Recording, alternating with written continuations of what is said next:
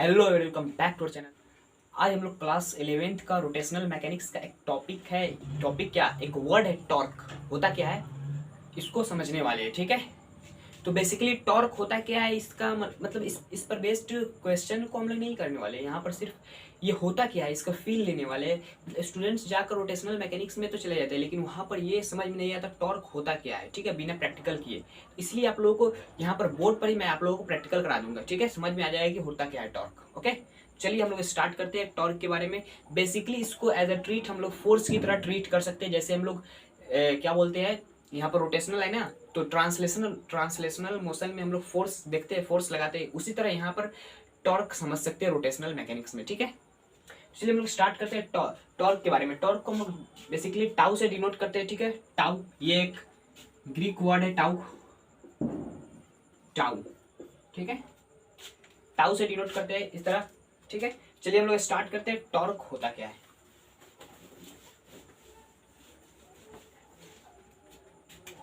क्या हम लोग का टॉपिक है टॉर्क,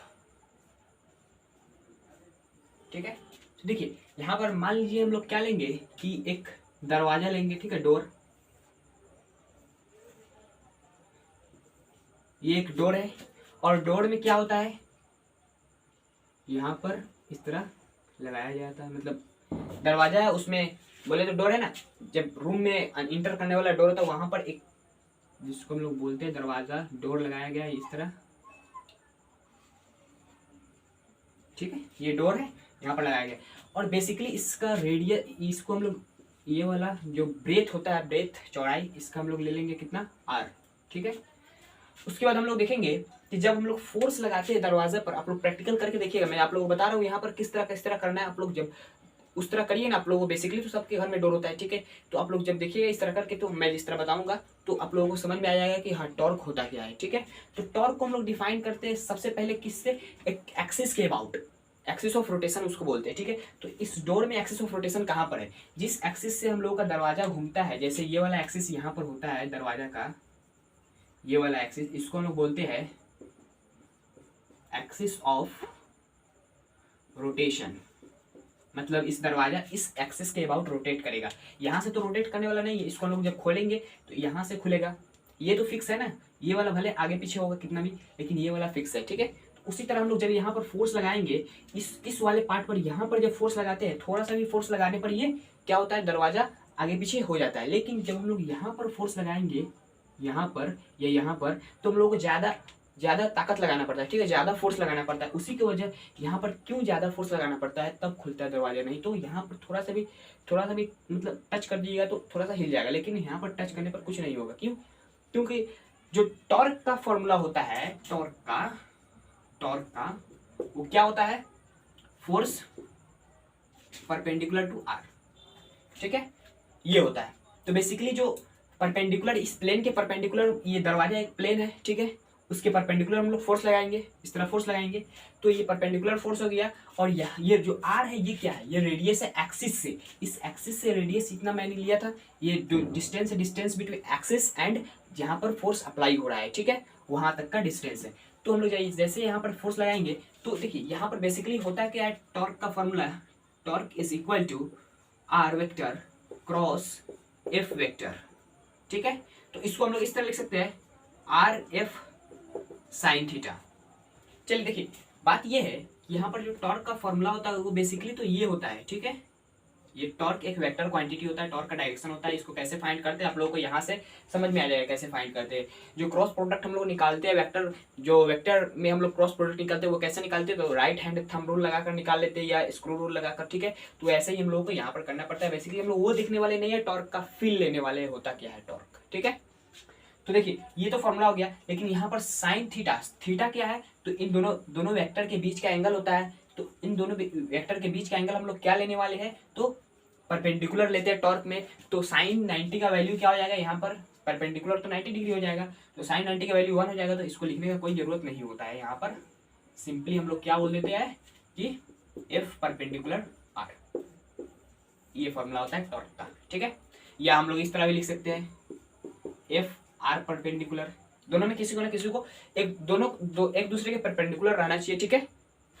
तो ये हो गया टॉर्क। बेसिकली हम लोग यहाँ पर जब फोर्स लगाते हैं यहाँ पर, तो ये क्यों खुल जाता है, और यहाँ पर लगाते हैं तो क्यों मतलब ज़्यादा फोर्स लगाना पड़ता है। देखिए यहाँ से यहाँ तक का डिस्टेंस R1 मान लेते हैं, यहाँ से यहाँ तक का डिस्टेंस R1 मान लिए, और इस पॉइंट का, इसको A पॉइंट दे देते हैं, इसको B पॉइंट, और यहाँ से यहाँ तक का R2 मान लेते हैं। ठीक है, तो यहाँ पर क्या हम लोग को समझ में आ रहा है कि R2 इज लेस देन, देखिए R1, तो R1 यहाँ पर बड़ा है और R2 यहाँ पर छोटा है। उतना ही फोर्स यहाँ पर लगाइए F, और उतना ही फोर्स यहाँ पर लगाइए F। तो देखिएगा यहाँ पर जब फोर्स लगाइए तो दरवाजा आसानी से खुल जाएगा, लेकिन यहाँ पर फोर्स लगाइएगा तो नहीं खुलेगा। खुलेगा लेकिन पूरा नहीं खुलेगा, जितना खुलना चाहिए।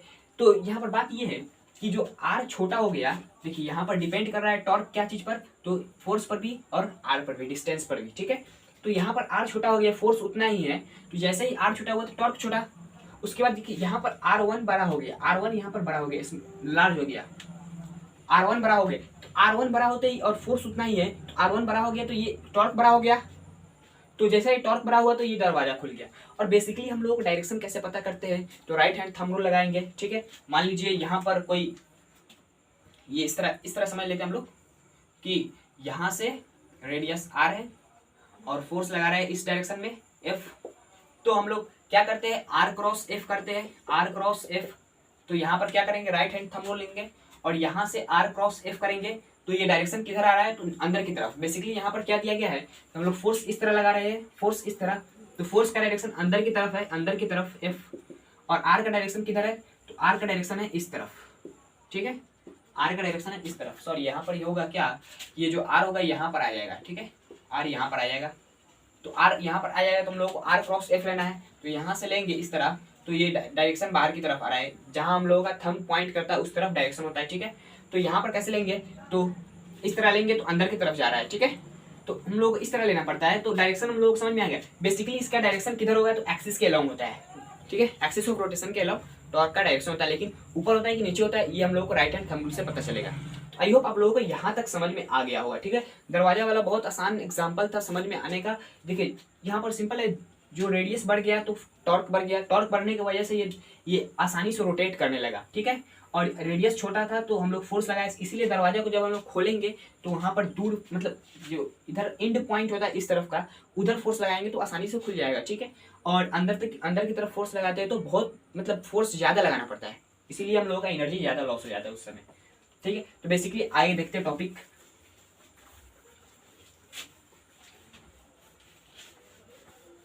फॉर्मूला क्या पड़ा है टॉर्क का, तो torque is equal to F perpendicular R। Okay, तो अब देखिए मान लीजिए यहां पर क्या है कि ये है, नहीं इसको छोड़िए, यहां पर बेसिकली एक रॉड ले लीजिए। ठीक है, रॉड, और टॉर्क का फॉर्मूला एक और होता है। ठीक है, बेसिकली हम लोग वो नहीं जानने वाले क्योंकि वो एनालॉजी की मदद से आया है, तो बेसिकली वो छोड़ देंगे क्योंकि उससे बेसिकली न्यूमेरिकल्स बनेगा, लेकिन समझ में नहीं आएगा टॉर्क होता क्या है। ठीक है, टॉर्क होता क्या है यहाँ से समझ में आ जाएगा। ठीक है, तो बेसिकली हम लोग यहाँ से जानते हैं। देखिए एक्सिस ऑफ रोटेशन हम लोग कहाँ पर लेंगे, तो एक्सिस ऑफ रोटेशन हम लोग यहाँ पर ले लेते हैं।